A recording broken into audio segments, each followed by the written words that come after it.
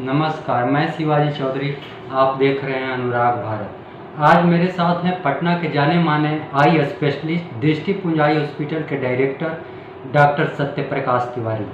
Doctor साहब, अनुराग भारत में आपका स्वागत है। धन्यवाद। डॉक्टर साहब, पिछले दिनों आपके संस्थान में पूर्व मंत्री जीवेश कुमार एक मशीन का उद्घाटन किया था। उस मशीन के बारे में दर्शकों को विस्तार से बताएं। जी देखिए, वो मशीन थी फील्ड पेरीमीटर मशीन, हम लोग बोलते हैं। HFA 24-2 की नई वर्जन मशीन लगी है, जिसका माननीय पूर्व मंत्री जी ने उद्घाटन किया। वो मशीन ग्लोकोमा के जांच की मशीन है। हमारे पास वो मशीन पहले भी थी, उसका पुराना वर्जन, तो अब नई मशीन आई थी तो हमने उसको अपग्रेड करने के लिए सोचा। क्योंकि जैसा हम जानते हैं कि हिंदुस्तान में ग्लोकोमा के काफ़ी पेशेंट हैं। अगर ग्लोकोमा के बहुत सारे वेरिएंट होते हैं, ओपन एंगल क्लोजर, कुछ प्राइमरी ग्लोकोमा, सेकेंडरी ग्लोकोमा, तो सारे ग्लोकोमा को मिलकर 3 से 4% जनसंख्या में ग्लोकोमा के कुछ न कुछ लक्षण पाए जाते हैं। तो ग्लोकोमा के मरीजों की बेहतर जांच के विकल्प और उनके इलाज में मदद मिले, इसके लिए इस पेरीमीटर मशीन की अत्यंत आवश्यकता होती है। तो ये कार्ल जाइस जर्मनी द्वारा निर्मित मशीन थी, जिसके नए मॉडल का उद्घाटन माननीय पूर्व मंत्री जी ने हमारे यहाँ किया। डॉक्टर साहब, आँखों के विश्व स्तरीय चिकित्सा के लिए आपके हॉस्पिटल में क्या क्या व्यवस्था है? देखिए, हमारा अस्पताल मुख्यतः आँखों के पर्दे की बीमारी के इलाज के लिए जाना जाता है। जो आँख का रेटिना, जो आँख का जो पिछला हिस्सा होता है, जिस पर कि कोई भी इमेज पड़ती है और सिग्नल ब्रेन तक जाता है और उससे आदमी स्पष्ट देखता है।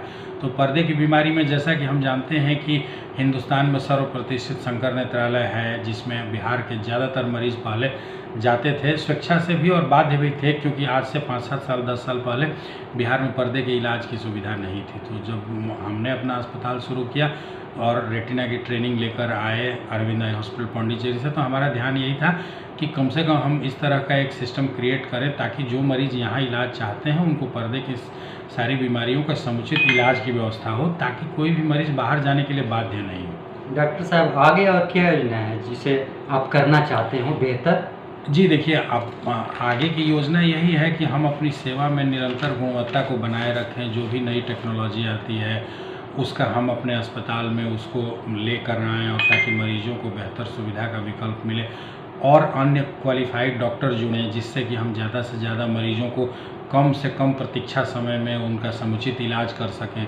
साथ ही जो भी नया ऑपरेशन या टेक्नोलॉजी या इलाज या कुछ भी आता है, तो हमारा ये प्रयास है कि हम अपने राज्य के मरीजों को ये दे पाएँ। डॉक्टर साहब, आपके यहाँ जटिल ऑपरेशन की क्या व्यवस्था है? आपके हॉस्पिटल में फैकल्टीज कौन कैसे? जैसे देखिए, मैं विट्रो सर्जन हूँ, आँखों के पर्दे का इलाज करता हूँ। इसके अलावा हमारे यहाँ आँखों के पर्दे यानी रेटिना की बीमारी के 2 और अन्य कंसल्टेंट हैं। एक डॉक्टर रत्नेश रंजन है, जिनका कि 7-8 सालों का अनुभव है। उन्होंने भी अरविंद आई हॉस्पिटल कोयम्बटूर में फेलोशिप किया, फिर वहाँ कंसल्टेंट थे, फिर चंडीगढ़ में भी कंसल्टेंट थे, और अब हमारे यहाँ सेवा दे रहे हैं।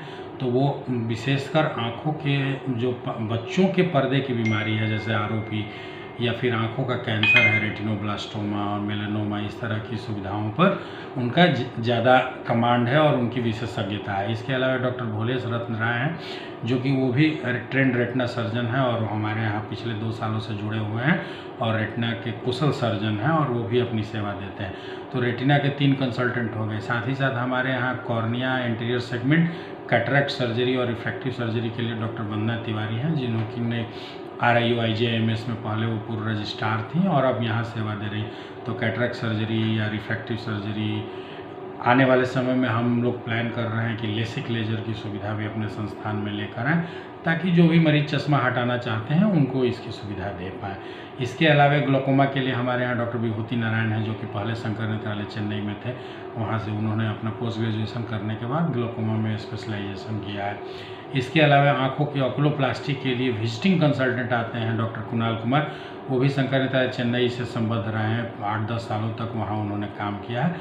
वो महीने में 2 बार सेवा देते हैं। तो इस तरह से हम लगभग आँखों की हर बीमारी का इलाज अपने यहाँ करते हैं। डॉक्टर साहब, देश आज अमृत महोत्सव मनाया जा रहा है। देश में 75वां स्वतंत्रता दिवस पर देश की जनता को क्या संदेश देना चाहिए? जी देखिए, हमारे देश ने बहुत लगभग 700-800 सालों की गुलामी के बाद स्वतंत्रता पाई थी 75 साल पहले, और ये आज़ादी बहुत मुश्किल से मिली है। हम इस आज़ादी को वास्तविक रूप से तभी मना सकते हैं जबकि हमारा देश सशक्त हो, सुरक्षित हो, समृद्ध हो।